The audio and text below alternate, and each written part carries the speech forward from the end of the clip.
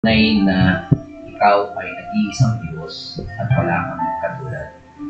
Ikaw ang makapangyarihan at karapat-dapat na sambahin namin sa Espiritu at katotohanan. Sa umagang ito, sa iyong biyaya at habag, ay kami ay nakakalapit sa iyo. Nagpapakumbaba kami, Panginoon, at handang magpalinis at magpagamit sa iyong harapan upang sa iyo ay magdaluyan ng iyong biyaya. Salamat, Panginoon, sa pagkakataon na ikaw ay aming paglingkuran, sambahin, at ma-express ang aming pasasalamat sa walang hanggang biyaya at pagmamahal sa amin na ikaw ay namatay sa krus at nabuhay ng muli upang bigyan kami ng panibagong buhay na makapaglingkod sa iyo. Sa umagang ito, samahan mo po kami sa pag-aaral ng iyong mga salita, maging ang mga instrumento na ating gagamitin ay ingatan mo upang maging maayos at maging makabuluhan at magbigyan ka namin ng higit na paglalahati at pagsamba sa umagang ito. Tulungan mo rin ang aming mga kapatiran sa kailang pakikinig ay matuto upang sila ay mapagpala. Lalo higit ay makita nila ang tamang aralin at katotohanan na nais mo ipakita sa kanila.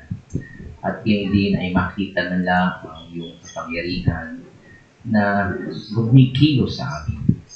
At ikaw, Panginoon, ay talagang lagi namin sasambahin at pasasalamatan araw-araw, hindi lang mga araw na dito. Kaya salamat sa biyayang ito na aming sinalaga ang oras na ito at araw na ito para ikaw ay sambahin at ikaw ang aming mapapurihan. Kung aming dalangin, salamat sa pangalan ng aming Panginoong Yesus. Amen at amen. Purihin natin ang Panginoon sa umagang ito. Anak, bago yung screen.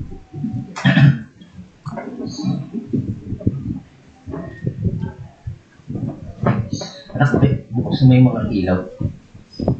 Spandal.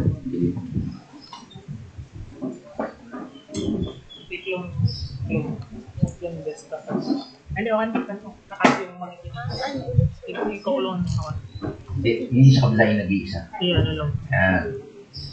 Okay, magandang araw po sa ating lahat. Ay, hindi yung dito, yung iba po yung okay, ngayong umaga ay ating pong ipagpapatuloy ang ating serye tungkol sa ating pag-aaral dito sa unang Pedro, chapter 2, verse 18 at 19. Okay, so antay lang po natin na maging ayos yan.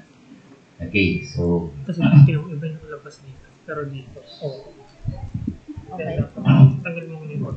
baliktad.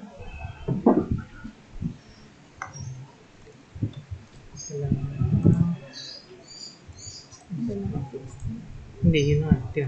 Tatanggal mo muna yun.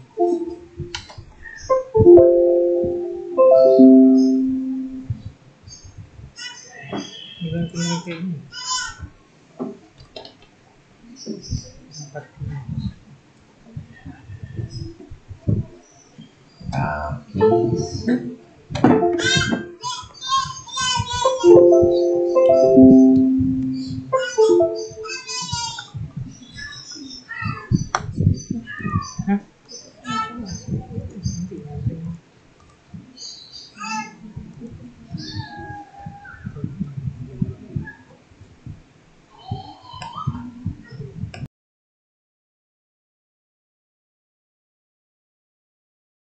Sa unang Pedro, chapter 2, verse 18 to 19. At samahan niyo po ako sa ating pagbasa.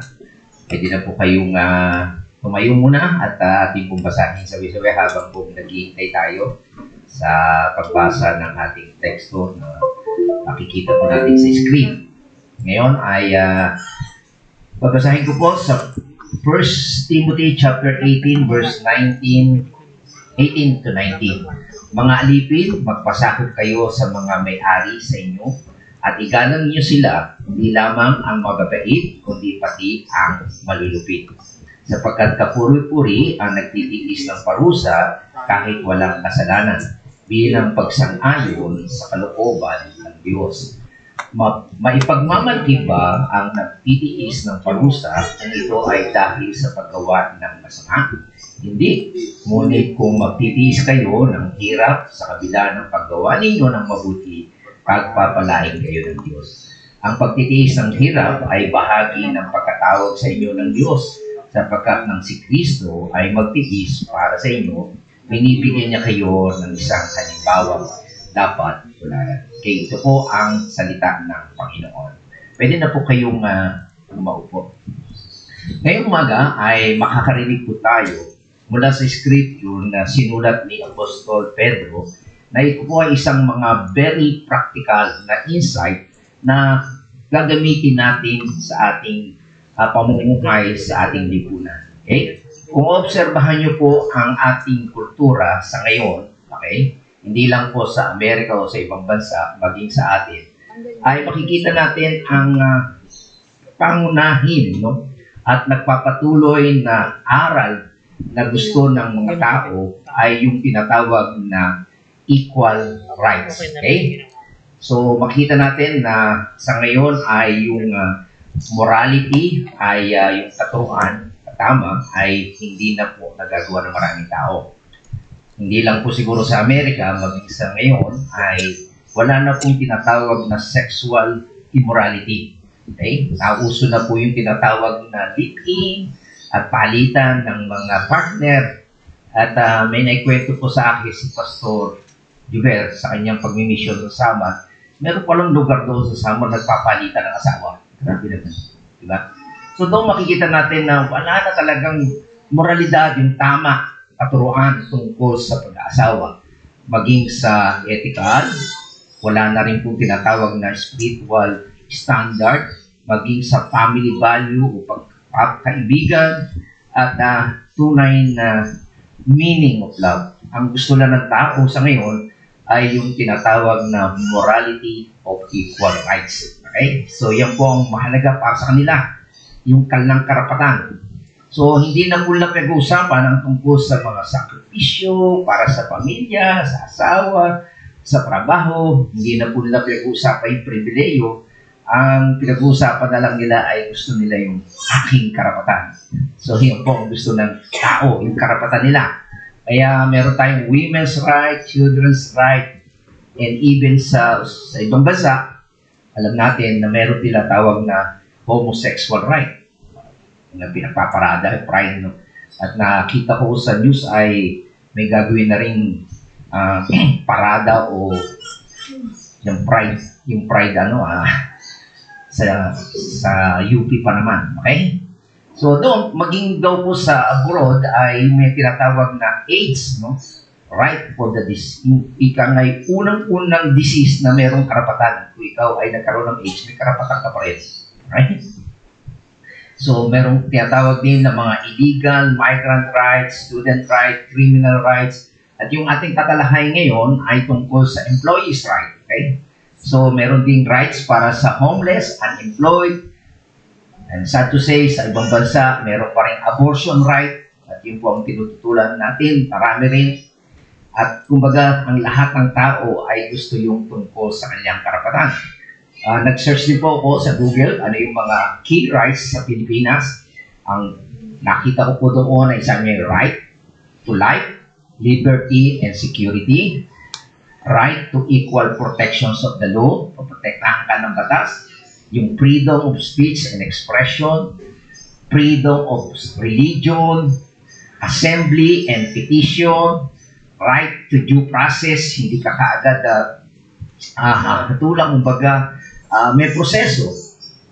So ikaw ay nasasakdal o pagbibintangan, so right to privacy, so hindi pwedeng i-picturean ka, i-post yung litrato mo, okay? Kaya sa mga Facebook, meron din right to fair trial, okay? Na kailangan ay dumaan sa hukuman, and also the freedom of movement, okay? Right to information.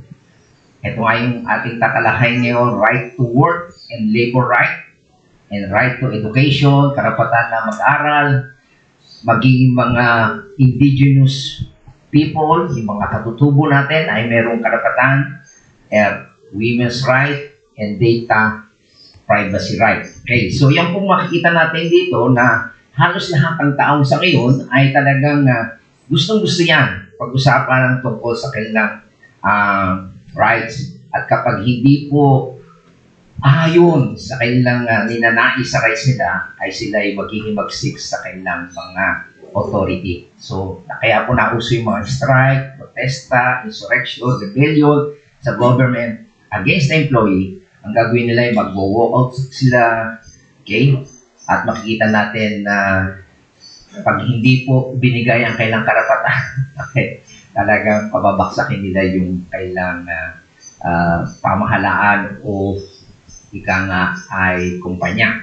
So everybody is, ang nasa isip nila ay everybody is equal, meron silang right for everything, at kapag hindi nila binigay yung kailang karapatan, magre-rebelde po sila, lalaban po sila, maghihimagsik sila laban sa inyo, at iaharas ka po at very possible way para makuha nila ang karapatan. So magpuprotesta sila, mag-i-strike sila, whatever it takes. Ako po nakaranas po noon nung ako'y nagtatrabaho sa pier, yung sa ICTSI ngayon, ang mga laborer po doon ay nag-strike. Sinara nila pa. Apektado po yun. Malaking bagay po yun kapag may dumaong na barko at hindi mo na servisyon, ikaw ang magbabayad, yung kumpanya magbabayad. So, hinarang nila yung gate. Nakaranas po ako na backdoor po ako. Pumasok po ako kasi kami po ang may hawak ng gasoline station. So, kinakailangan umandar yung mga prime mover namin, forklift. Kung walang papasok, hindi andar, di ba? So, ako po'y nakaranas na pumasok despite na meron strike. Okay? So, pero iba, ayaw nila yun. At lalaban sila, yun ang nasa isip ng iba. Pag hindi nyo binigay yung aking sweldo, increase, lalaban kami. Okay? So, yun po ang kaisipan ng maraming tao. Okay? So, sila ay magpoprotesta. Yun, isa pa rin yan, sit-in, walkouts, and strike. Ito naman po yung aking karanasan din, nung ako'y nandun sa pier, kinakasuhan ako na nagkakaroon ko ng langis. Langis pa. 120 million ang aking hawak na stocks. Sabi ng SGB, 2% yan, positive o negative. Walang perfect na stock. Mas delikado po yung perfecto dinodoktor mo. How much is the, sabi natin, 400 pesos po ang used oil na drum. Right? That's, bali wala yun. Pero yun po ang aking kinakaso sa akin. Diba? Nakakatawa, di ba? Pero sabi nga sa akin, o labanan niya, mag-sit-in ka lang, labanan natin sa sa husgado, inisin mo lang sila. Hindi ko po kaya yun, mag-inis ng tao. Papasok sa trabaho, mag-inis ka lang. So never. No? Pero yun ang katwiran ng iba, yun ang mga payo sa akin legally. Okay? So yung ang punto po ng iba ay naghahanap sila ng bargaining, kaya may mga CPA po. Ang purpose ko nila ay tumaas ang kailang income. And minsan, napagbibigyan, at minsan naman hindi, nagsasara lalo ang kumpanya. So, again, ang mentality po ng maraming tao sa ngayon ay magrebelde, lumaban, magprotesta, mag-strike, laban sa society. Okay? It is meaning to gain gratification for those who demand their rights in the social structure. Kaya po sila naggaganoon, nagdidemand, kasi nga hinahanap nila o gusto nila yung kailang karapatan. Okay? So, dito po makita natin ang society natin, nakakondisyon for rebellion, selflessness, whether passive or active. Kaya ang question sa ating ngayon bilang mga mananampalataya that comes for the Christian, what should be our response to this kapag may mga strike or rebellion sa kumpanya natin? What should be our response to a protest? Okay? Tandaan po natin, a protest rally against a company, against society, in one form or another, a strike, a sit-in or a protest, etc., etc. What should we do? Ano ang dapat natin gawin? So, pupunta tayo ngayon sa Biblia, sa ating pag-aaral sa ngayon bilang mananampalataya. Tingnan natin kung anong sinasabi ng Biblia para sa ating mga mananampalataya. Ano sabi po dyan? Mga alipin, sabi, magpasahod kayo sa mga may nagmamayari sa inyo At igalang nyo sila, hindi lamang ang mababait, kita nyo, kundi pati ang malulupit. Mabigat po yun. No? Kaya sa wikang Ingles, sabi niya, servant, be submissive to your master with all respect. Okay? So, yan po ang katuruan ng ating Panginoon. Alam natin ang issue tungkol sa mga labor strike, union, mga labanan sa kumpanya, ay napakatagal na po yan. Okay? At marami na po talagang pag-uusap tungkol yan. Pero kung titingnan niyo po ang sinasabi ng Biblia, iisa lang po ang itinuturo sa atin. Servant, be submissive to your master with all respect. Okay? So, tandaan po natin, itong katuruan ng Biblia ay makikita natin opposite po ito. Baliktad po ito sa katuruan ng mundo. Tama? Hindi tuturo ng mga lawyer, mga union na organisasyon. Hindi po. Okay? Pero tandaan po natin, itong itinuturo ng Panginoon, yung pagiging submissive to your master with all respect, ito po ay consistent sa text na ating pinag-aaralan. At ano po yung sinasabi diyan sa 1 Peter chapter 2 verse 13, sabi niya, submit to the government. Sabi, alang-alang sa Panginoon, pasahod kayo sa lahat ng mayroong kapangyarihan sa bayan, sa emperador na siyang pinakamataas na kapangyarihan. So dito po, pinakikita sa atin yung konteksto, okay, na alang-alang sa Panginoon. Okay? Ginagawa natin yun. Kahit masama, natin ang konteksto nito. Sinong namamahala noon? Sino ang emperador noong panahon nito? Si Nero. Diba? Sadista, homosexual, mamamatay tao. Pero ano sabi ni Pedro? Alang-alang sa Panginoon, okay, pasahod kayo sa lahat ng may kapangyarihan. Sa ngayon, ang tinatalakay natin sa verse 18, ang pinaka-boss mo ngayon o may kapangyarihan sa iyo ay yung boss mo kung nagtatrabaho ka, kung may amo ka. Okay? So, makikita natin consistent po siya. At pangalawa, makita natin dito, ano pa yung tinuro sa atin? We are alien in this culture. Sabi niya, mga minamahal, nakikiusap ako sa inyo bilang mga dayuhan at pansamantalang naninirahan lamang sa daigdig na ito. Okay? So, uutos sa atin ng Panginoon na mag-submit tayo sa government. Okay? And also, sa ngayon ay sa ating mga boss. At titingnan nyo yung status nyo. Ano yung status natin ngayon? Tayo ay alien in this culture sa mundo na ito. Okay? Under the society o under man kayo sa kumpanya ninyo. Okay? Pansamantala lang. Kung merong malulupit, sabi nga, ay hindi lang sa mga mababait, kahit sa malulupit. Kasi pansamantala lang. Okay? May itinuturo lang sa atin ng Diyos, ma-develop yung ating tamang attitude. Okay? So, yan po ang gustong ipakita sa atin. Na sinasabi sa atin, we are different. Iba tayo. We don't belong to this earth. We live in another level. We are in the heavenlies. Pansamantala lang yung ating takbo ng buhay dito. Okay? Kung meron mang malulupit na boss kayo ngayon. Okay? So, pero sa kabila na tayo ay alien, okay? Sabi pansamantala lang at pupunta naman tayo sa langit. Pero isipin natin sa verse 13 nga, sa ating binasa kanina, na tayo ay mamayan pa rin ng ating bansa. Lalo na tayo, mga Pilipino. Okay? So, we need to submit to human institution. So, ngayon, sa ating tinatalakay ngayon, ay tayo ay yung word na servant ay patungkol sa pagiging employee. Okay, ulitin natin. Sasummarize natin. Unang-unang, tatlong kategorya na tayo mga Kristiyano ay dapat makilala sa mundo na ito. Unang-una, sa verse 11 and 12, tayo ay alien. Pansamantala, napakahalaga po nito na maintindihan nyo ito.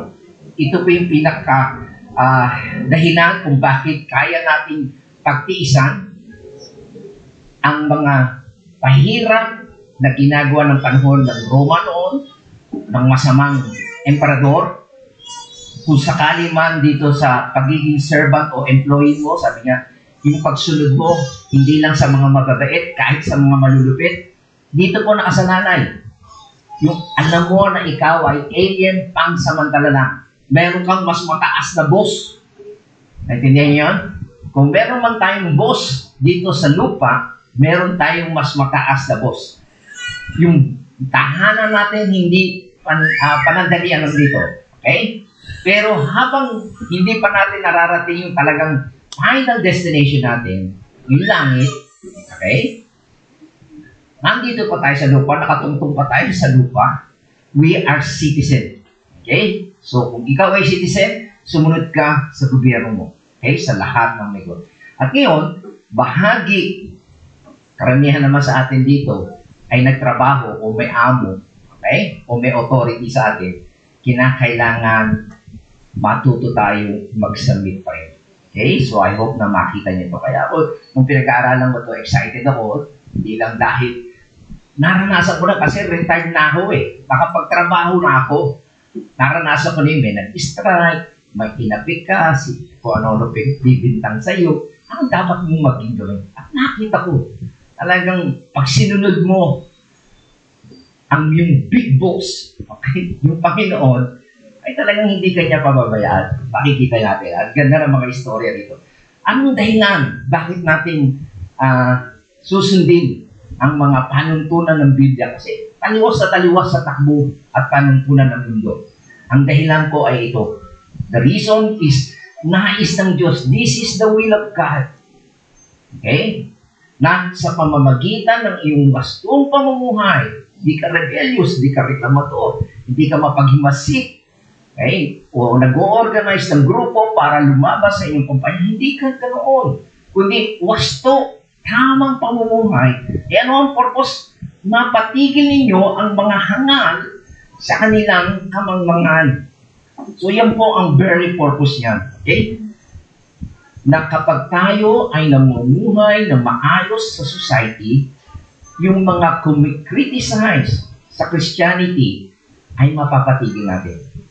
We will silence those who criticize the Lord. We will silence those who criticize our faith dahil sa ating maganda at noble na quality ng pamumuhay sa society. They have nothing which to criticize us.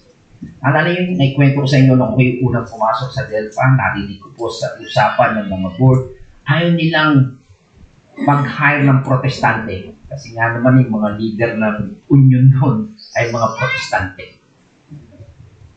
Sa malog ko doon. Hindi dapat. Para sa akin, kung ikaw protestante, nakakapagbasa ka ng Biblia, tama? Nagbabasa ka ng Biblia. At ano yung tinuturo ng Biblia? Hindi tayo dapat sumali sa mga union. We will not protest. Okay? So, naging challenge po sa akin yun. Kaya, ang ginawa ko ay papatunayan natin, dadaigin natin ang kabutihan, ang kasamaan, at sa biyaya po ng Panginoon, yung union doon, at nandoon po tayo, sinabihan ko sila na umalis na sila sa union, at maramdaman nila yung pagmamalasindi niya. At sa biyaya po ng Panginoon, umalis na sila sa union. So, at least yun yung isa sa mga na-accomplish po natin. Kasi, hindi ko pa nga napag-aaralan itong mga text na ito. Ito malahalim na pag-aaral na lessons na nakita po natin kay Pastor John MacArthur. Pero makikita natin totoo, pwede mangyari. Diba? So yun ang purpose natin, yung wastong pamumuhay. Okay? Masasilence natin yung mga kritiko. Okay? At kung biyaya ng Panginoon ay mawin pa natin sila. So, ito po ang purpose, makita natin. So, ang reason is to silence the critic ng ating pananampalataya. Bakit? So that the gospel may go forth, magpatuloy ang ebanghelyo, and to even convincing to the critic, we are to live a very particular kind of life. So, yung mga pumupuna, yung hindi naniniwala sa ating pananampalataya, makukumbisi sila. Kaya sa biyaya po ng Panginoon ay na-hire po natin si Xiao doon sa Delpa, marami po na-recruit doon, so marami po kahit Kung dati no, ayaw nilang pagpapasok ng protestante, kaya nabago po yun. Kasi nga nakita po sa pamumuhay. Maigi pala. Diba? So, yan po ang makikita natin na sa klase ng pamumuhay natin, there is no place for rebellion against the government and against our employer. No place for asserting our rights. Okay? Maliwanag po yun. Okay? So, hindi po natin concern bilang mga mananampalataya, okay, the right dito sa mundo na ito. It is our concern, ang concern natin bilang mga mananampalataya, to be obedient and to be submissive in this world. Yun ang po ang itinuturo sa atin ng Panginoon. Bakit? Kasi we will inherit all our privileges in the world to come. Kaya sinasabi ko sa inyo, we are alien. Kung meron man kayong possessions ngayon, natuwa kayo, happy kayo, mas maganda yung ino-offer ng Panginoon. Sayang, wala kayo ng Miyerkules. Pinag-oralan po namin ang tungkol sa langit. Okay? Na talagang may ipinreferred ang Diyos na place para sa inyo. Hindi lang po yun, maging yung katawan ninyo na misa dinadaing natin, panay sakit, problema, di ba? Babaguhin po ng Panginoon yan. At wala na raw pong lungkot at kalungkot. Eh dito, may trabaho ka, pagod ka na. Tumusweldo ka na, klabo ka pa. Di ba? So tandaan natin, imbis na magreklamo tayo, kung alam mo na ikaw ay mananampalataya, kung sabihin mo na de-deprive, wala kang pribileyo, wala kang malang SSS, wala kang pag-ibig o whatever na mga mga benefits, di ba? Sa mundo na ito, tandaan natin, if we are Christians, lahat ng pribileyo makakamit mo sa langit. Kaya dito sa mundo ito, there is no place for rebellion in the life of Christians. Maliwanag po ba yun? Ang mga iglesia ni Cristo hindi rin sumasali sa akin. Kaya gusto-gusto yun ng mga SM Hindi sumasali sa union. Okay? Naturuan sila. Okay? So, minsan nakakalungkot. Mayroon pa akong kakilala na miyembro ng KMU. Okay? Sa dating pinuntahan kong church doon sa Dasmariñas. Kaya tuloy, hanggang ngayon, wala siyang ginawa kundi magbatikos. Mali yung kanyang attitude. Lagi siyang nakareklamo. Okay? So, ngayong umaga, bali, introduction lang po yung ating gagawin. Pero napakaganda po ng isang ilustrasyon na ito na makikita natin sa buhay ni David. Napakaganda po ng istorya nito. Si David ay hindi perfectong tao, alam po natin yan. Pero tingnan po natin ang napakagandang klase ng pamumuhay na meron siya na patungkol dito sa kanyang ating topic ngayon tungkol sa kanyang karapatan. Okay? At tingnan po natin sa ating istorya sa buhay. Kung kayo mahilig sa telenovela series ng buhay, ang ganda nito. Okay? Tingnan nyo. Ano sabi? Sa 1 Samuel chapter 16 verse 1. Ano sabi ni Yahweh kay Samuel? Si Samuel po ang siyang propeta ng panahon niyon. Sabi niya, hanggang kailan ka malulungkot para kay Saul? Itinakwil ko na siya bilang hari ng Israel. Ngayong magdala ka ng langis at pumunta ka kay Jesse na taga Bethlehem sapagkat pinili ko upang maging hari ang isa sa kanyang anak. Okay. Sa istorya pong ito, makita natin si Samuel ang siyang propeta noon na ginamit para ma-anoint si Saul. Si Saul po ay kauna-unahang hari ng Israel. By the way, nung araw po, ang Israel ay pinangungunahan ng Diyos. Theocracy sila. Pero nainggit sila sa ibang bansa. Bakit sila meron mga hari? Ba't tayo wala? So doon pa lang ay talagang naghihimagsik na sila sa Diyos. Pero pinagbigyan na sila ng Diyos. Okay, pumili sila. Ang tao ang pumili kay Saul. Okay, anong kanyang qualification? Mataas na lalaki, pogi. So, parang yung beauty contest. Okay. Anyway, so napili sa madaling salita. Okay? Pero ang problema kay Saul, okay, ginawa niyang yung hari siya, pero nag-function siya as a priest, okay? Kasi meron siyang kinuha at inalay, okay? At in-invade niya yung priestly office, okay? Kaya sabi ng Panginoon, mula sa kanyang angkan, hindi na magkakaroon ng susunod na hari. Maliban man ang anak niya si Jonathan, na pangalan ko. Paano ano? Mamaya may istorya niya doon sa pangalan ko. Okay. So, dito, nalungkot si Samuel. Kasi bilang propeta, ikaw yung kinakausap ng Diyos, kumukonsulta ang hari sa iyo, nalulungkot siya na mapapalitan si Saul. Okay? At kung mapapalitan ito, nang hindi susunod sa kanyang dynasty o yung angkan, eh baka magkaroon ng civil war. Kaya ito po ang nangyayari kay Samuel. Lungkot na lungkot siya. Okay? Pero titingnan po natin na ni-reject na nga po ng Diyos. Sinabi, direktahan. Ni-reject niya na, ayaw niya na ng Diyos kay Saul. Itinakwil ko na siya bilang hari. Kaya inutusan niya, pumunta ka kay Jesse, doon sa bahay ni Jesse, at doon ay may pipiliin ako. Okay? So, yan po ang nangyari. So, tignan po natin isang footnote, makita natin dito na si Samuel ay masyadong nalungkot o nag-grieve siya. Paalala lang po na minsan sa sobrang lungkot natin, ang tingin natin doon na tama lang namang malungkot. Pero kapag sumobra na yung kalungkutan mo, para bang naging holy emotion na yon, ay nagkakaroon na po ng kulay na ito'y pagkakasala. Bakit? Kasi daw po, sabi ni John Arthur, yung excessive grief is evidence of lack of trust in God. Yung sobrang lungkot mo na, ay para bang pinapakita mo na wala kang pagtitiwala sa Diyos. Kumbaga, it shouts out God at kinu-question mo yung sovereignty ng Diyos at kinu-question mo ang katalinuhan ng Diyos. It questions God's love. Eh, merong mga tao siya, bakit nangyari ito? Bakit? Kinu-question mo ang Diyos. Patalino ka pa sa Diyos. Ganun po ang nangyari kay Samuel. Sa sobrang niyang kalungkutan, para bang kinu-question na niya ang Diyos. Yung kanyang excessive sorrow was questioning the wisdom of what God was doing.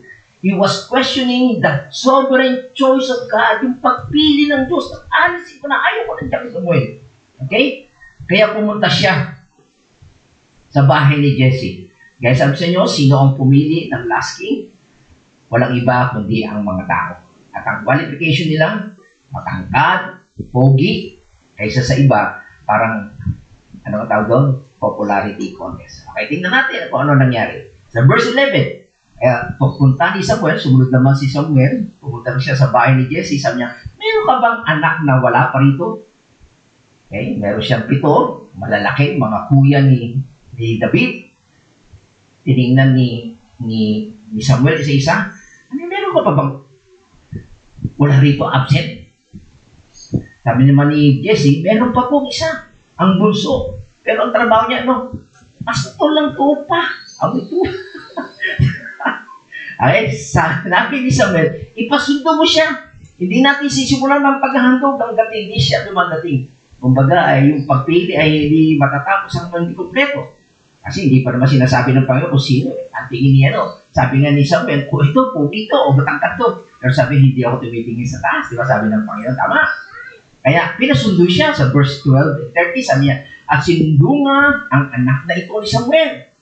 Ano sabi? Siya makisig na binatilyo, malusog, maganda ang mata. Siya pogi rin. Pogi rin, So, parehas din. So, sabi niya, pastor, parehas din pala pumili ang Diyos. So happy lang, pogi lang din. Pero, yung katangian napakahalaga. Okay? At sinabi niya kay Samuel, siya ang pinili ko. Buhusan mo siya ng langis. Kasi nung una, yung mga malalaki, matatangkad, alam sa Samuel, ito na. Makikisig Mga member ng army. Okay, malalaki katawan nun. Ito, pastol, kuskus, binatilyo, amoy tupa pa. Okay? Pero ang sabi ng Panginoon, siya pinili ko. Kaya ang ginawa ni Samuel, sabi niya, kinuha ni Samuel ang sungay na sisilan ng langis at binuhusan niya si David ng langis sa harapan ng kanyang mga kapatid. Muna, inggit ng mga kapatid niya, di ba? Nung alam natin yung story, meron isang story niya na pumunta siya sa battlefield. Uy, sabi niya, kaya ko labanan niya. Huminto ko lang ng gatas. O dadala siya ng mga gatas, okay? So, makikita natin na merong inggit din, no? Pero wala tayong magagawa, sabi niya. At nilukuban si David ng Espiritu ni Yahweh. Okay? Mula noon, sumakay niya ang Espiritu ni Yahweh pagkatapos si Samuel ay bumalik na sa Rama. So dito, makita natin, sa talatang ito, ay nagsimula ang period of history, yung plano ng Diyos for redemption. Kasi manggagaling sa angkan ni David ang Messiah. Okay? The one God selected was none other than the man named David. Okay? So yun po ang makikita natin sa istorya. So, agaya din po ng sinasabi sa inyo, pogi rin siya, okay? At sasabihin natin, Pastor, parehas din naman pala ang criteria ng pagpili ng Diyos. So, it so happen lang naman, yes and no, pero siya nga yung pogi sa magkakapatid, pero makikita natin na meron siyang potential, great character sa lahat ng kanyang mga kapatid. At yan po ang isa sa mga pinakita na sinasabi ng Biblia sa Book of Psalms. Okay, tuloy natin yung istorya. Then sa verse 14 to 16, sa chapter 16, sabi, ano nangyari? So, yung Holy Spirit, yung Spirit of God, ay na kay David na. Ano nangyari kay Saul? Sabi, ang Spirit ni Yahweh ay umalis na kay Saul. Okay? Sa pahintulot ni Yahweh. Okay? Sa pahintulot ni Yahweh, isang masamang Espiritu naman ang nagpahirat kay Saul. So dito po makita natin, ang bad spirit, hindi po ang Diyos ang nagpapadala, kundi with kanyang permission. Kaya ang masamang espiritu hindi basta papasok sa tao ng walang kapangyarihan authority ng Diyos. Okay? So sana makita niyo po yung mas makapangyarihan ng Diyos kaysa sa mga masamang espiritu. Okay? At sabi sa kanyang mga lingkod, okay, pinahirapan na kayo ng mga masamang espiritu galing sa Diyos. Okay? So, ang maling interpretasyon ng iba, sabi niya, ang masamang espiritu daw ay galing sa Diyos. No, siya lang nagpapahintulot. Kaya ang suggestion ng mga kasama niya, yung mga advisor ni Saul, ay sabi niya, kung gusto po niyo, ihanap namin kayo ng isang mahusay na tumutog ng alpa. So, musician pa pala si David. Diba? Kapag daw po kayo pinahirapan ng masamang espiritu, patutugtugin niyo siya upang maaliw kayo. So, yung kaisipan ng iba na kapag may bad spirit daw, magpatugtog kayo ng gospel song. Okay? Pero, ang Diyos po may kapangyarihan, hindi po gospel song. Hindi rin po Bible. Okay? Meron na po ako nakakita niya na hindi yung Bible, pero katawanan lang. So, wala po visa yan. Okay? Wala nga nyo. Ang Diyos po ang makapangyarihan. Gusto ko lang po makita natin na ito, na sa kasalukuyan o sa pangyayaring ito, na si David po ang siyang inanoint na. Si David po ay meron ng karapatang mamuno bilang hari. Tama? Gusto ko po makita nyo. Si David po ang siyang new king and Saul has been set aside. Maliwanag? Okay. So, yun po ang makita natin yung istorya. So, tingnan natin yung mga susunod na mga pangyayari o kabanata. Okay. Tingnan natin sa chapter 17, verse 55 to 58. Okay. So, nirekomenda, di ba, si David na tumugtog sa harapan ng hari. Di ba, tama? Pag tinotopak, no? Di ba? Pag hinahalihan sa Espiritu. Sabi dito, nakita ni Saul ng sinugod ni David si Goliath. Alam natin ang pangyayari nyo, di ba, na si Goliath, hero ng mga Palestino, giant to, 9-footer, okay? Ay nakita natin na si David ang tumalo dito. Kaya nang nakita ni Saul, nang sinusugod ni David si Goliath, itinanong niya sa pinuno ng kanyang hukbo, Abner, kanino nga naging batang niyo? Hindi ko pa anong kamahalan, sabi niya, Abner, siya yung commander-in-chief. So kung gayang ipatanong mo kung sino ang kanyang ama, utos ng hari. Nang magbalik si David, sinalubong siya ni Abner At sinamahan sa hari, dala ang ulo ni Goliath. May kanyo, pati yung ulo ni Goliath. Ito ulo ni Goliath. Eh, maraming takot sa kanila. Mag-isi Saul. Yung hari, ayaw kumalaban kay Goliath. Takot.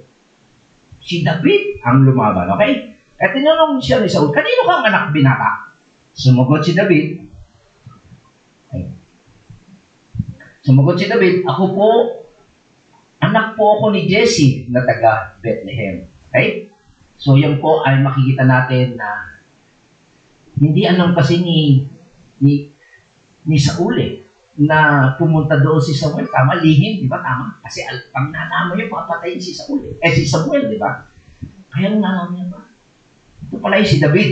Okay, tingnan natin ang pangyayari sa chapter 18, 1-3. Matapos mag-usap si Saul at si David. Okay, so nagkaroon na sila ng harap-harapan, nag-meet na sila. Nakita siya ng anak na panganay. Ito'y si Jonathan, na anak ni Saul. At napalapit kay David, napamahal si David kay Jonathan tulad ng pagmamahal nito sa kanyang sarili. Okay, parang kapatid na ang turing. Mula noon, sabi niya, hindi na pinauwis ni Saul si David. Tumira na sa bahay. Okay? Dahil sa pagmamahal ni Jonathan kay David, isinumpahan niya na sila'y magiging magkaibigan habang buhay. Napakaganda ng katangian ni Jonathan. Very loyal po siya. Nakipagkasundo po siya kay David, namamahalin siya katulad ng kanyang pagmamahal. At napakahalaga po nito sapagkat si David ay very powerful warrior at nagsisimula na kay Saul na magalit siya at inis kay David. Pero alam niyo po ba na si Jonathan ay ginamit ng Diyos para protektahan si David sa masamang intensyon ng kanyang anak. Gusto ko simpatayin siya. Okay? So, yun po makikita natin event nito, may gigamit ang yun. Alam nyo, sa magkakapatid, ito nga po bakit nga ba Jonathan ako na, di ba? Tinanong ko yun bakit nga ba ako Jonathan? Emmanuel, Jonathan, Edward, Elizabeth. Ako lang letter J. Alam ko sa Bible Kasi nung tinanong ko sa Navy, where did you get your name? From the Bible. Tinanong ko nanay ko, hindi pala. Artista pala, nag-search tuloy ako noong 1960. Ang dami palang Jonathan na artista nung sa Amerika. Ay, nalimutan ko nawala yung aking unang notes. Anyway, hindi mahalaga yun. Pero nung narinig ko po na si Jonathan, okay, next in line, di ba? Ang dapat na magiging kaagaw ni David sa linya, di ba? Pagkatapos kay Saul, pwede sila maglaban, di ba? Susunod na trono. No, mapagbigay po siya. Tinulungan niya pa si David. Ay, next time. Tinulungan niya si David. Okay? Kahit masama ang intensyon. Kung titingnan mo, very good yun. Kasi pag namatay si David, pag namatay ang tatay mo, siya ang kapalit. Pero hindi. Hindi threat si David para kay Jonathan. Itinuring niya ang kaibigan. Wow! Nung nalaman ko yung pangalan pala ni Jonathan, ganoon, wow, galing Lord. Hindi nagkamali ang nanay ko sa pagpili sa akin. Hindi naman alam nanay ko, pero alam ko ang Diyos ang pili sa akin. Andiyan ngayon siya, nanay ko katawa-tawa yan. Okay, ito natin. Ito, ganda na istorya ito kaya nakakatuwa. Sabi niya sa chapter 18, verse 6 to 9, sabi niya, matapos mapatay ni David si Goliath. Tingnan niyo yung mga istorya behind the scene ng pangyayari, okay?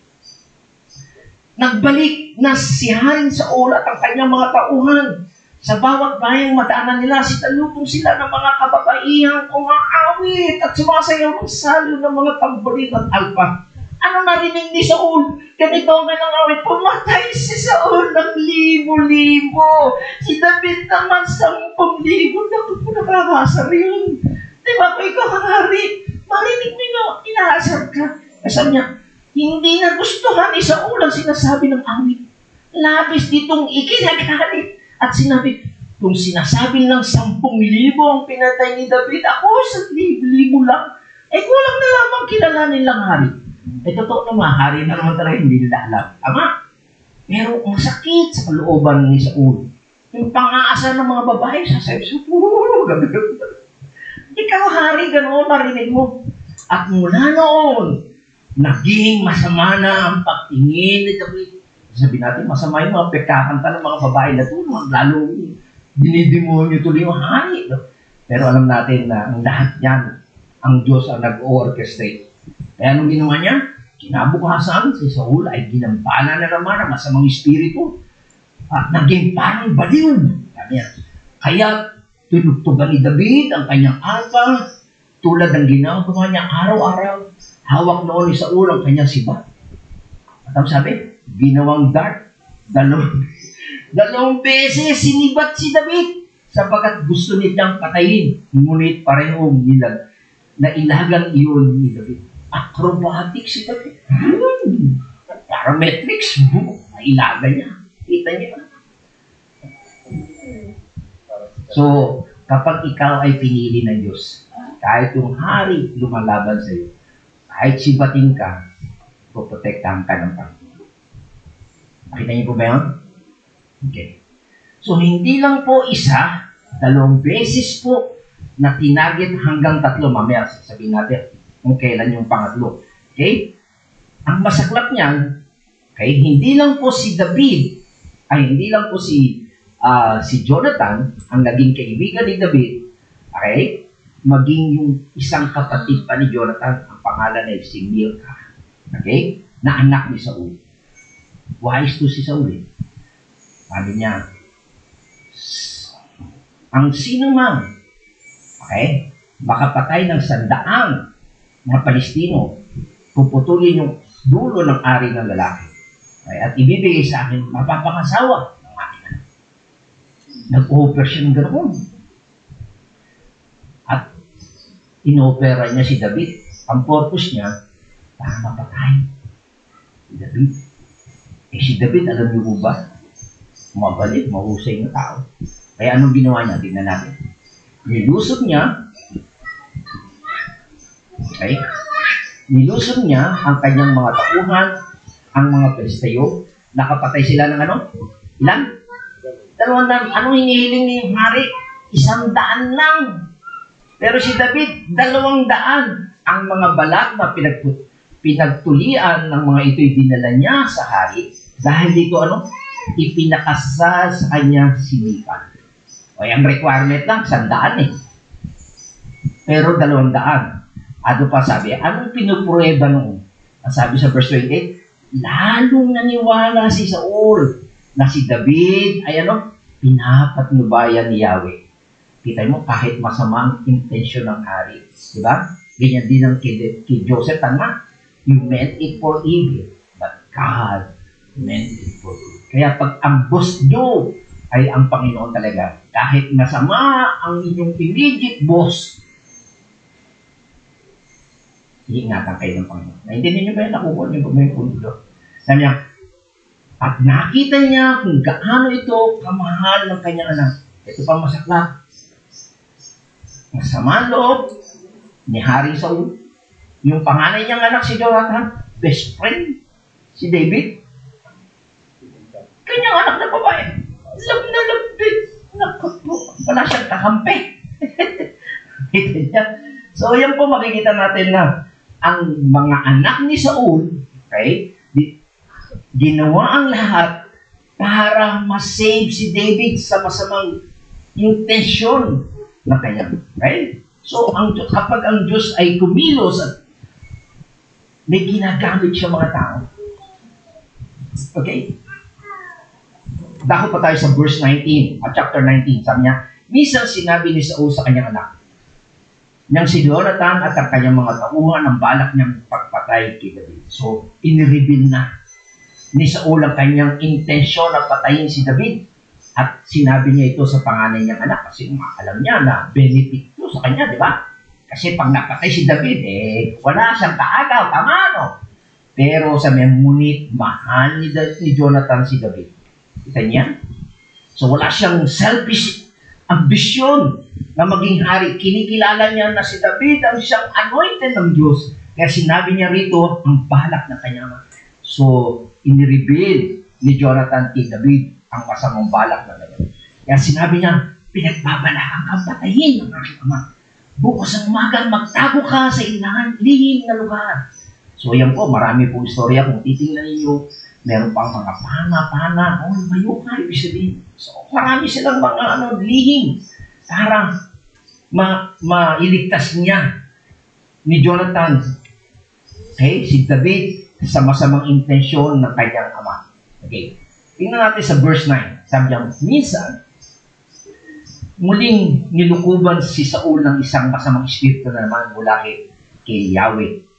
Nakaupo si Saul noon ang hawak naman ng kanyang sibat, samantalang si David ay tumutugtog ng alpa.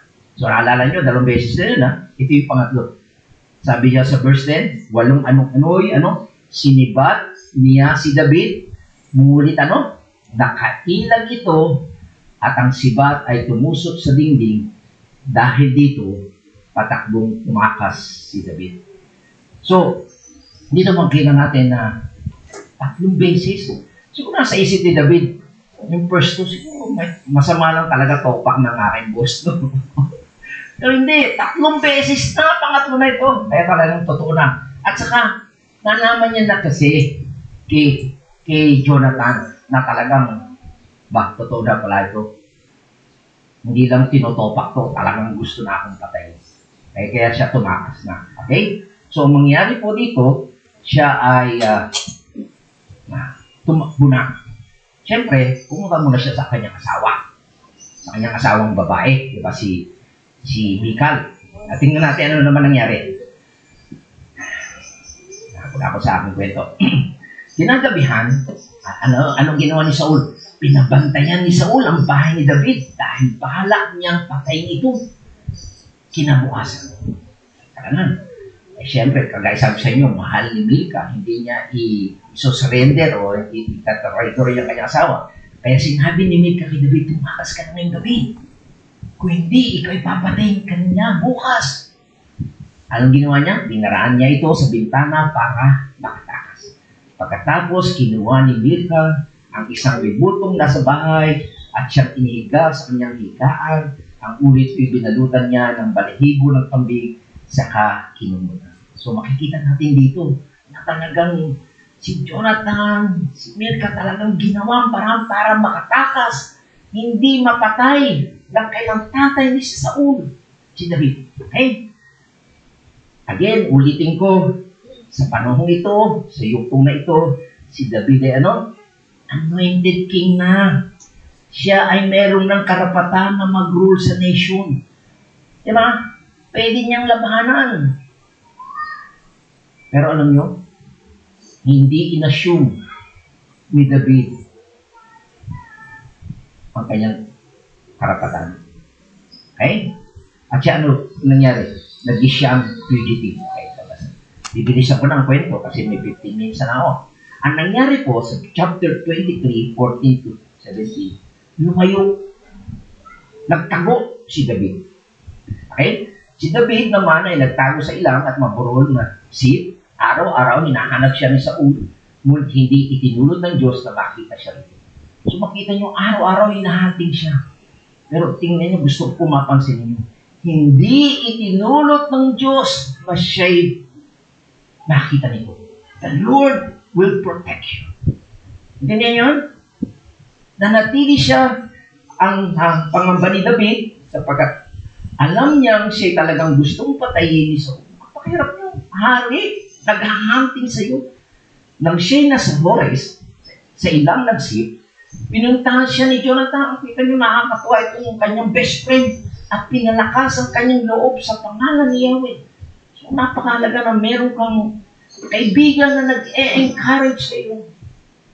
Ngayon, maganda yung pangalan ko, Jonathan eh. Dahil nga, alam mo, si Bernabe, nag-e-encourage ka ng mga lingkod ng Diyos. Okay?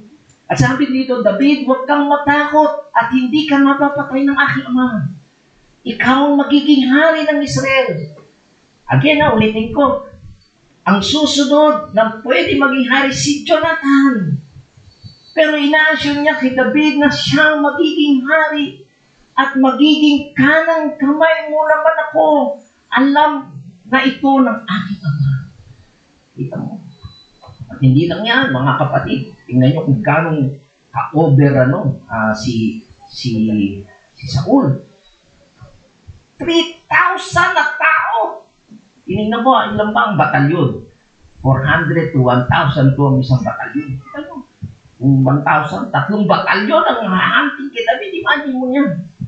Nang magbalik si Saul mula sa pagtutugi sa mga Filisteo, may nagsabi na sa kanya na si David ay nasa ilang ng En-Gedi. Anong ginawa ni Saul? Kumuha siya ng elite forces. 3,000 mauhusay na kawan mula sa Israel. Mga elite forces, imagine mo yan. At isinama mga ito sa paghahanap kay David sa kaburalan ng may ilap na kambing. Imagine niya kung ikaw ang hinahanting ng hari. 3,000 na katao. Grabe, no? Pero tandaan nyo kapag nasa panig kayo ng Diyos, kahit gano'ng marami yan. Ay, gusto ko lang sana makita nyo sa istorya na ito. At sabi niya, ito nangyari. Nang mapatapat sila sa isang pulungan ng mga tupa sa tabi ng daan, napapupo si Saul. Sumakit ang loob, at pumunta to sa kuiba ng pulungan ng mga tupa. Nagkataon po, nandun din po si David sa kanyang mga tauhan tatago sa loob ng kuweba, malaking kuweba, kasi nandun si David, marami rin siya tao, mga 100 person din. Ano sabi sa kanya? Sinabi kay David ng kanyang mga tol. Sabi niya, boss, ito na ang katuparan na sinabi ni Yahweh. Ibigay na sa iyo ang iyong kaway, maaari mo na siyang gawin ang gusto mo. Dahan-dahang lumapit si David at pinutol ang laylayan ng kasuotan ni Saul. Ang talas, wala pa namang gunting yun. Ang talas ng kanyang sword. Okay, habang nadumi yun, yung laylayan, naputo. Parang ninja yun, hindi nararamdaman ng... Sabi niya, pero ano nangyari? Nang magawa niya ito, nausik siya, kinonsensya siya ng kanyang budi. Sabi niya, parang nilapastangan ko ang hari. Imagine niyo yung hari nito, galit sa kanya. Pero, tinastas niya yun, o yung pinunit niya, o pinutol niya yung laylayan ng hari, na konsensya siya. Bakit? Sinabi niya sa kanyang tauhan, huwag namang itulot ni Yahweh na gawin ko ang masama sa hari ang kanyang hinirap. Kita niyo, may respeto pa rin siya. Ano yan? Hindi siya nagre-rebelde. Pwede niyang patayin. Pero nakonsensya pa rin siya. At pinakiusapan ni David ang kanyang mga tauhan na huwag saktan si Saul. Tumayo na si Saul at umalis. So, siyempre, yung mga tauhan ni David, galtag-galtagin. Boss, hirap na tayo. Tinutubis tayo ng tinutubis. Pagkakataon na to, di ba? Tama. Pero yung boss nila sa niya, wag yung sasaktan si Saul. Okay? Ano pa nangyari? Napakaganda to. Nung lumabas na, tapos na pumupo si Saul, lumabas na ng kuweba, sumigaw si David. Mahal kong hari. Nang lumingaw si Saul, buong paggalang na yumukod si David. Imagine niya, yung attitude niya. Galit na galit yung hari, gusto siyang patayin. Bakit? Di mo 3,000 kasama, overkill yun. Pwede niyang patayin, pero hindi niya, nakusensya pa siya. Nung nakita niya, yumukod pa rin siya at paggalang ni David. At sinabi niya, bakit kayo naniniwala sa mga nagsasabi sa inyo na gusto kayong patayin? So, ibig sabihin si Saul ay nang nakikinig sa mga chismosa, mga marites, mga nagkukwento na gusto siyang patayin. Diba? Okay? Kaya sabi niya, mapapatunayan ko sa inyo na hindi totoo yan. False news yan, fake news yan naririnig nyo. Bakit? Sabi niya, kanina sa iyong binigyan ako ni Yahweh ng pagkakataong mapatay kayo. Gusto na nga ng mga tauhan kong patayin niya kayo eh. Ngunit hindi ko ginawa. Sinabi ko sa kanila, hindi ko maaaring pagbuhatan ng kamay ang aking hari sapagkat siya'y pinili ni Yahweh. Nakita niyo ang attitude niya, mga kapatid. Yan ang gusto ng Panginoon. Kung bakit pinahintulot kay David, right attitude. Kung ano yung tinuturo kay Peter mamaya, ng lesson. May karapatan siya, hari na siya, anointed na siya, pero may respeto siya. Okay? Sabi niya, narito ang katunayan, ama ko. Bakit ka tinawag naman? Kasi kinukop na siya sa bahay, di ba? Tinuri na siya, pati ni Jonathan, tatawag pa niya, ama ko. Ang kapiraso ng laynay ng iyong balabal, kung ito'y naputol ko sa iyong kasuotan, magagawa ko rin patayin kayo noon pa kung gusto ko. Ito ang katunayan na hindi ko kayong gagawa ng masama kahit pinagpipilitan ninyong ako'y patayin. Nakita niyo yun? Nakikinig siya sa maling balita, chismosa, mga politiko, ayan, kalaban mo yan, susundahan yan, patayin mo yan. Yan ang mga politika, sisiraan. Pero wala yung respeto mo. Okay?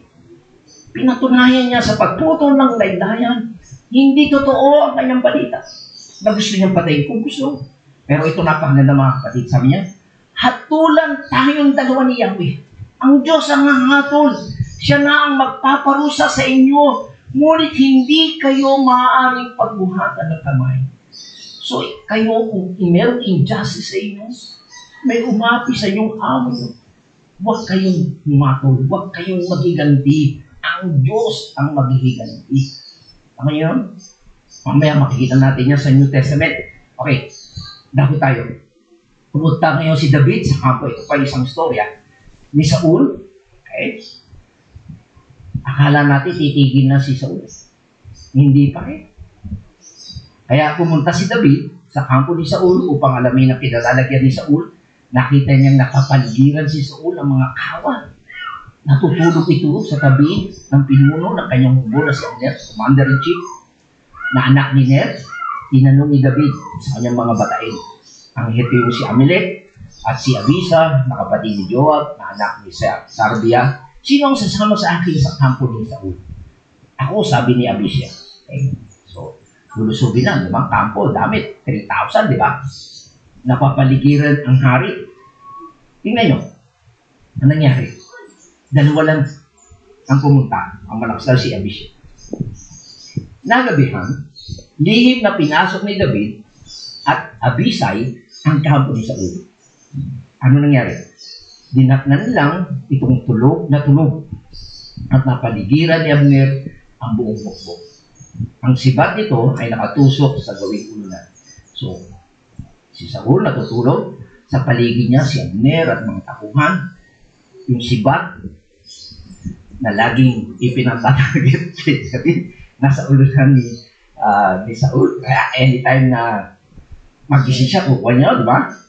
Sinabi niya siya kay David, niloob ng Diyos na mahulog ngayon sa mga kamay mo ang iyong kaway.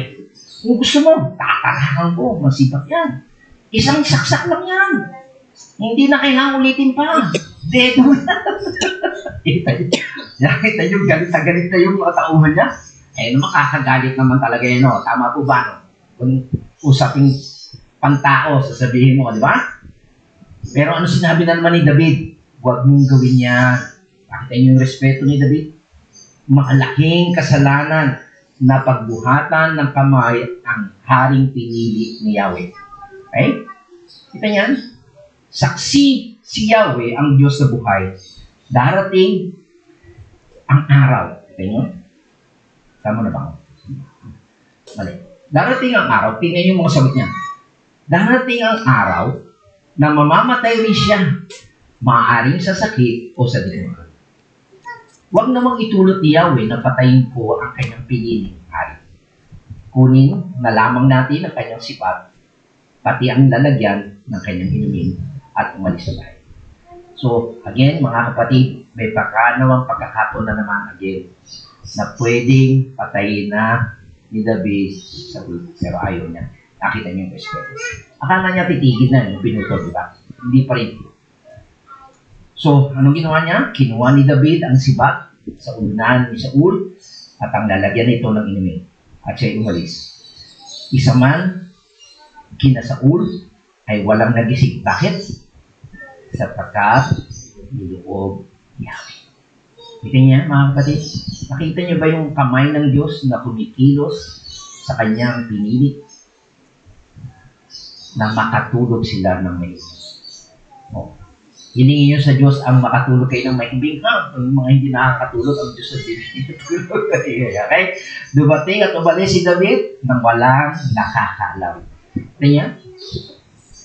So, nakita niyo ba yung ganda ng istorya na ito? Anong punto na ito sa ating pag-aaral? What's the point? Okay. Ito po ang punto. Pakikita natin itong taong ito na minamaltrato si David. Tama? Itong taong ito, ang kanyang buhay ay patuloy na tinakakot. He is a man that because of any crime committed, wala naman siyang di ba ginawa? Pero makita natin na committed in complete injustice, inequity, in fairness, who is being pursued by a wicked man na si Saul, who occupy a throne na nanunungkulan sa trono na hindi naman niya deserve, at ang trono ay dapat mapa kay David na, di ba? Makita natin. Pero makita natin, here is a man na 1 taon at kalahati ay nagtatago sa wilderness na meron naman siyang karapatan na maging hari ng nasyon. Pero makita natin dito, that here is a man who will not rebel. Hindi siya maghimagsik. Who will not take things into his own hand. Gagamitin niya yung kanyang amay para patayin yung hari na tumutuloy sa kanya. Pero ano siya? But who wait patiently for the Lord to work. Inaantay niya ang Diyos ang tumiro sa kanya. Ang magparusa sa taong umusik sa kanya. Who says, the Lord will avenge me. Ang Diyos ang maghihiganti sa laban sa akin. The Lord will take care of Saul. Okay? I will not take that into my own hand. I will respect his position. Okay? And I will respect his authority. I will bow my knees to him, pagrespeto, pero hindi ako magre-rebelde. Kapatid, ito yung magandang modelo na gustong ituro sa atin ni Apostol Pedro na nakita natin dito. Tama? King na siya eh. Pero makita natin na marunong siyang rumispeto sa mga nauna siya. Hindi niya sinabi yung tungkol sa kanyang karapatan. He has the great right of all to be king, di ba? Tama. Pero alam niyo po ang katotohanan ito dahil po sa ating holiness. Okay? Ito po ang nagtuturo sa atin na lumaban. Our holiness make us want to fight back. Want to demand our right. Okay? To strike against authority. To protest. To complain. To be insubordinate. To be unsubmissive. Pero tanda natin, it is a sin. Kasalanan po yun. So, ang proper response would be, ay katulad ng response ni David. The response simply, commit oneself to the Lord for the care of the Lord. Ipaubayan natin sa Diyos. Naranasan ko po yan. Yung nasa ICTSI po ako, Vice President po yung kumakaso sa akin, sinabi ko, Sir, huwag niyo akong takutin na binibigyan niyo ako ng 24 hours mag-resign. Mag-resign din naman ako, pero huwag niyo akong takutin. Hindi, sabi niya, wala akong kinalaman yan, sir. Kausap ko na yung investigating. Kausap ko na yung personnel. Wala naman silang nakita talaga. Kayo lang may gusto. Tinapat ko siya. Pero malis na rin ako. Okay? So, hindi ako nakipaglaban sa attorney o labor. Ay, kung bahala ang Diyos sa'yo. O, dumating ang time, nasipa rin siya. Vice President yun, hirap kalabarin yun, di ba? Ano sabi po doon sa Romans chapter 12, verse 16 to 19? Sabi niya, magkaisa kayo ng saloobin. Huwag kayong magmayabang. Sa halip, makisama kayo kahit sa mga tukha. Huwag niyong gantihan ng masama ang masama. Sikapin yung mamuhay ng marangal. Okay? At sabi pa dito, hanggat maaari, as much as possible, makisama kayo ng mapayapa sa lahat ng tao. Mga minamahal, sabi niya, huwag kayong magiganti. Huwag kayong gaganti. Ipabayan ninyo yan sa Diyos. Sapagkat nasusulat, akin ang ang paghihiganti. Ako ang gaganti, sabi ng Panginoon. Kaya mga kapatid, never take your revenge. The Lord will do that. Kaya sabi nga sa inyo mga kapatid, maraming umalipos na sa akin, maraming sinisiraan ako kasi gusto nila yung posisyon. Pero hindi ko sila ginantihan. Kung ano yung ginawa nila, hindi ko gagayahin. At yun ang aking prinsipyo. Sa aking panungkulan, sabi ko, marami akong napuntahan mga opisina, ganyan ang ginagawa, maninira, sisiraan ka. Never kong gagawin yan. Kung ano yung tama ang gagawin. Pero tandaan nyo, ito ang pangako ng Panginoon. Listen, if you're the child, Lord's child, kung talagang ikaw ay anak ng Diyos, and you're the Lord's anointed, believe me, sabi ni John MacArthur, no one will get away with any abuse of you. Totoo mga kapatid, yung mga umabuso sa akin, gumawa ng maling mga bad news, sisiraan ka, sila ang pinarusahan ng Diyos. Mga kapatid, Paul William, napakaganda nito. Sabi, it is a challenge para sa atin. Sabi niya sa Luke 6:32 to 35. Kung ang nagmamahal lamang sa inyo ang inyong mamahalin. Siyempre, sabi niya, love begets love. Mahal mo asawa mo, mahal mo anak mo. Oh, dali yan. Anong gantimpala ang inyong hihintayin? Kita niyo? Ang mga makasalanan man ay marunong ding magmahal sa mga nagmamahal sa kanya. Very common, tama? Ba't kita mamahalin? Kung hindi ka na makamahal-mahal, ibigin ko na yung mahal. Pero sabi niya, baliwala lang. Kasi, bakit? Ginagawa rin naman yan ng hindi mananampalataya. Tama? Pangalawa, kung ang mga nagmamabuti lamang sa inyo ang gagawa nyo ng mabuti, ano pang gantimpala ang inyong hinihintay? Kahit ang masamang tao ay gumagawa niya. Ganyan. So, yung mamahalin nyo ay nagmamahal lang sa inyo. At gagawa mo ng kabutihan ay yung mga gumagawa lang sa iyo ng kabutihan. Baga sinusutihan mo lang. O ito pa, pangatlo. Huwag nyo abusuhin naman to ha. Ito ginagawa sa mga mananampalataya. At kung makakabayad lamang ang inyong pauutangin, right? Anong gantimpala ang inyong hintayin? Kahit ang masamang tao ay nagpapautang din sa kanyang kapwa niyang masama sa pag-asang sila yung mababayaran.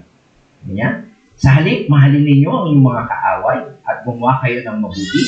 Magpahiram kayo sa hindi na umaasang ng anumang kabayaran. Sa gayon, malaking gantimpala ang tatamuhin ninyo at kung magiging anak ng kataas-asang Diyos. Sapagkat siya'y mabuti kahit sa masama at sa mga hindi marunong tumanaw ng utang. Okay. So again, ulitin ko. So kung ang mamahalin nyo lang ay yung mga nagmamahal sa inyo, ang gagawa mo na ng kabutihan ay mga gumagawa sa iyo ng kabutihan, at kung ang papahiramin mo ay lamang makakabayad sa iyo, walang pabor sa iyo yun. Walang advantage. Okay? Pero kaya, ang prinsipyo mga kapatid, pag may nangutang sa inyo, huwag kayong aasang babayad kayo. Pero, tandaan naman natin, okay? Ang Diyos, sabi niya, malaki ang gantimpala na tatamuhin ninyo. Kaya po alam nyo, sa mga mananampalataya, sinasamantala ito, alam na nito. Minsan may pumunta dyan sa akin, sabi niya, ganito, nangihingi siya, ganyan, galing Cavite City pa. Sabi ko, ang unang mong pupuntahan, kamag-anak mo. Yun ang sabi sa Biblia. Ang unang tutulong kamag-anak mo, hindi church. Saan pong version? Ibig sabihin, marunong. Alam niya, nagtatanong siya. Ito po ang konsepto ko dyan, mga kapatid. It's nothing. Baliwala to be kind to those who are kind to you. Kasi ginagawa rin naman yan ng mga hindi mananampalataya. Tama? Pero it is everything, napakalakihang bagay to be kind to those who are not. Na hindi siya. Okay. So lahat ng ito, ginagawa natin para sa Panginoon. Maliwanag po ba? Hindi lang dahil siya mabuti. Si Saul ba mabuti kay David? Hindi. Pero ginawa pa niyang kabutihan. At yun po ang pagpapalad. Okay? Kaya si David, hindi siya perfecto. Pero sabi ng Panginoon, a man after God's own heart. Because of that attitude. Okay? Katapos-tapusan. Tingnan natin dito. Sa 1 Corinthians chapter 7, verse 20-24, manatili ang bawat isang patutubong sa kanyang patutubong kalagayan niya sa buhay nang siya'y tawagin ng Diyos. Kasi nga, noong panahon na yun, merong tinatawag na free man at slave. Di ba? Tama?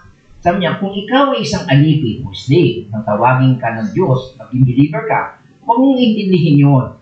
Ngunit kung may pagkakataon kang maging isang malaya, samantalahin mo kung magiging ka, biniyagan ka. Tapos sa verse 22, may isang alipin ng tawagin ng Panginoon ay malaya na dahil sa kanyang sa Panginoon. So spiritually, slave ka dahil sa katayuan mo sa lipunan. Pero dahil naging mananampalataya ka, hindi na slave ang tingin sa iyo ng Panginoon, kundi pinalaya ka. Gayunman, ang taong malaya na, siya'y tawagin ni Kristo, ay nagiging alipin ni Kristo. So, kung ang social status mo ay hindi ka naman slave, freeman ka, pero nung ikaw naging mananampalataya, naging ka namang slave ni Christ, ibig sabihin siya ang susundin mo. Okay? Ayaw ka makita natin ito. And then, alam niya, malaking halaga ang pinantubo sa inyo ng Diyos. Huwag kayong paalipin sa mga tao. Mga kapatid, ano man ang kalagayan ninyo sa buhay, na kayo'y tawagin, manatili kayo sa gayong pagkakaisa sa Diyos. Okay? So ano po ang gusto nating pakita po dito? Kapag tayo ay na-save, stay where you are. Okay? Kung ikaw ay makakita ng pagkakataon na maging malaya, okay? Kung wala, hindi naman, okay lang, it's not important. Okay? So, ibig lang sabihin mga kapatid, ang pagiging Kristyanismo, okay? Your Christianity doesn't give you a right to protest anything in the social structure. So, ito po yung pinagbibintangan sa mga Kristiyano. Tinuturo daw ng mga Kristiyano na ako slave, mag-rebelde ka sa boss mo. Pero sinasabi dito sa ating Korinto, manatili ka. Sa tingin ng Diyos, pinalaya ka, pinatawad ka na ng Diyos, hindi ka alipin. Pero hindi mo gagamitin ang pagiging Kristiyano mo para magprotesta sa malaya. Malaya akong magsalita. Naintindihan nyo? So yun po ang maling katabaan. Sa tanda natin, sa ating konteksto ng ating pag-aaral, sinasabi po ni Peter that we are alien who live above, mas mataas and beyond the world. Naintindihan? Bilang mga mananampalataya, mataas ang standard ng ating living. Kung meron mang inaapi tayo dito, pansamantala lang yan. Kung may masama kang boss o good boss, pansamantala, panatili ka. Sundin mo ang Panginoon. Okay? Pero, at the same time, we have to be the citizen who live in the world, submitting to every human institution. Okay? Sumunod tayo, yun ang pagkatawag sa atin. And then, lastly, we also have to be employees, okay, na fit to the social structure, submitting to those who are over us.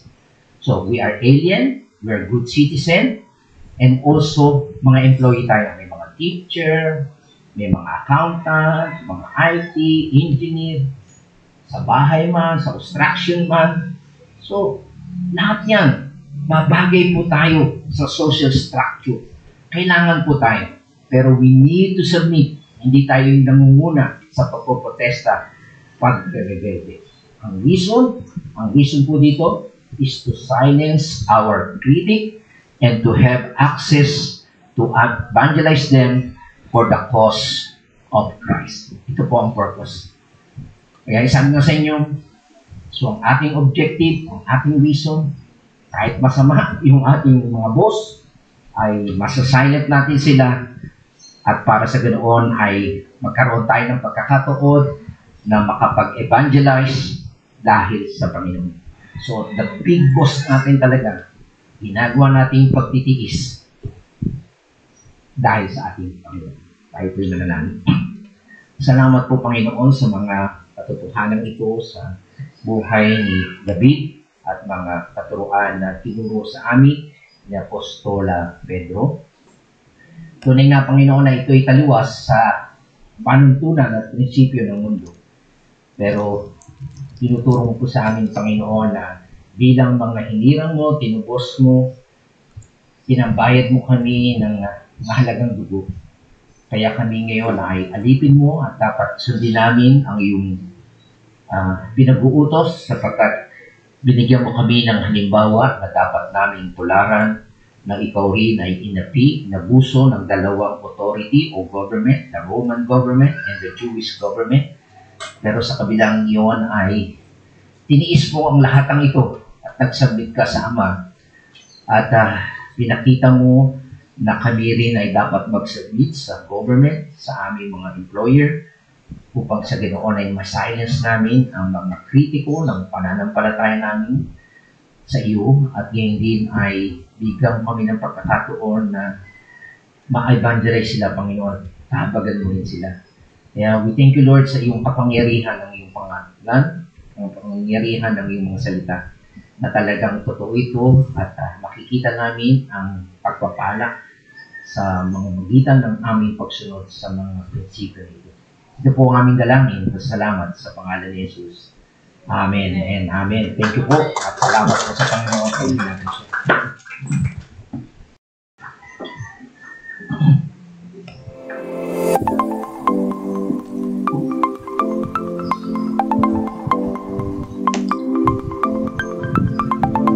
Bilang tugon po sa mensahe ng Panginoon, inaanyaya ko ang lahat ng tinayo at huminto tayo.